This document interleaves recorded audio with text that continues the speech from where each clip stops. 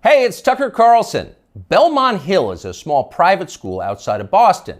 It's not famous for its athletics. The school's mascot isn't even an animal. It's an 18th century navigational tool, the Belmont Hill Sextants. It doesn't even make sense. So when it comes to sports, Belmont Hill is not trying very hard. But the school's athletic program can claim at least one important footnote to history. In 1975, its football roster contained two names that you will recognize even now: Mark Milley and Richard Levine. Milley is now the chairman of the Joint Chiefs of Staff. Levine, of course, is our country's most famous admiral. Both transitioned late in life into overweight middle-aged women. Both wound up working as high-level officials in the Joe Biden administration. Their teammates at the all-boys school in Boston probably wouldn't have predicted any of that. Here's what Rick Levine looks like now from a video he just posted on Instagram. Hello, my name is Admiral Rachel Levine, and I have the honor of being the Assistant Secretary for Health at the United States Department of Health and Human Services. Happy Pride. Happy Pride Month, and actually, let's declare it a Summer of Pride. Happy Summer of Pride. Happy Summer of Pride! Rick Levine is so darn proud he'd like to tell you about it all summer and possibly into the fall. He's got a lot to be proud of.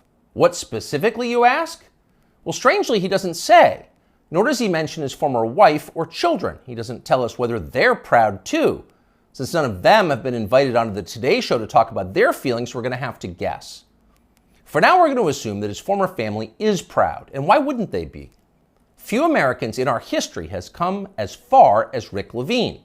Here's a fat guy in a Halloween costume who somehow became a federal health minister. Not a small thing, you try that. Not too long ago, this same man was a married pediatrician with kids, lecturing about eating disorders at Penn State. Now he's emerged as a path-breaking Lady Admiral with medals on his chest. And he did all of that without winning a single naval battle, or even being female. It's pretty inspiring.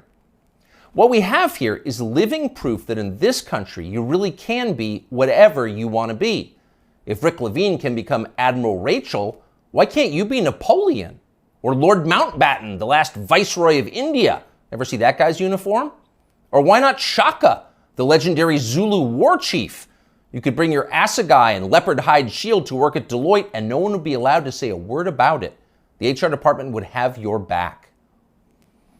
Unfortunately, you can't actually do any of that. The point of Rick Levine's amazing transformation is not to free you from the inflexible husk that you were born in so that you can be more fully yourself, whatever you decide that is.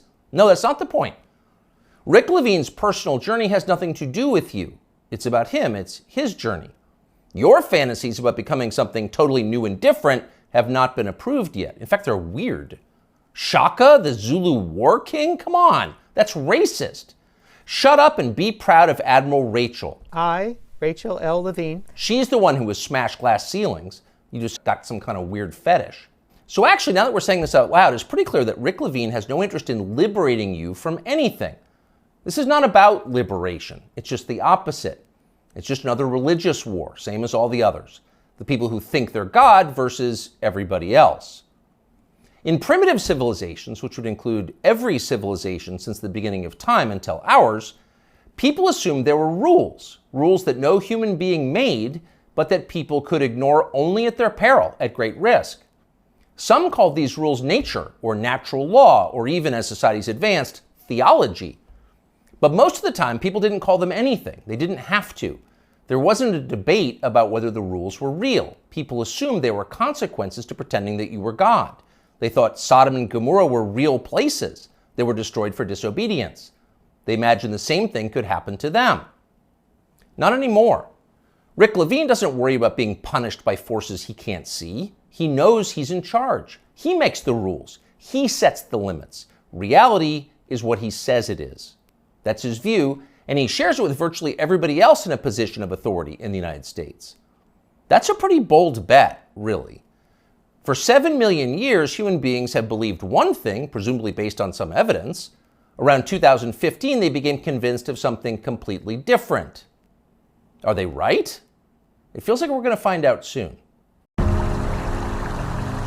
Younger people say the news is full of lies. Kennedy's motorcade. 239 people. Cell death of Jeffrey Epstein.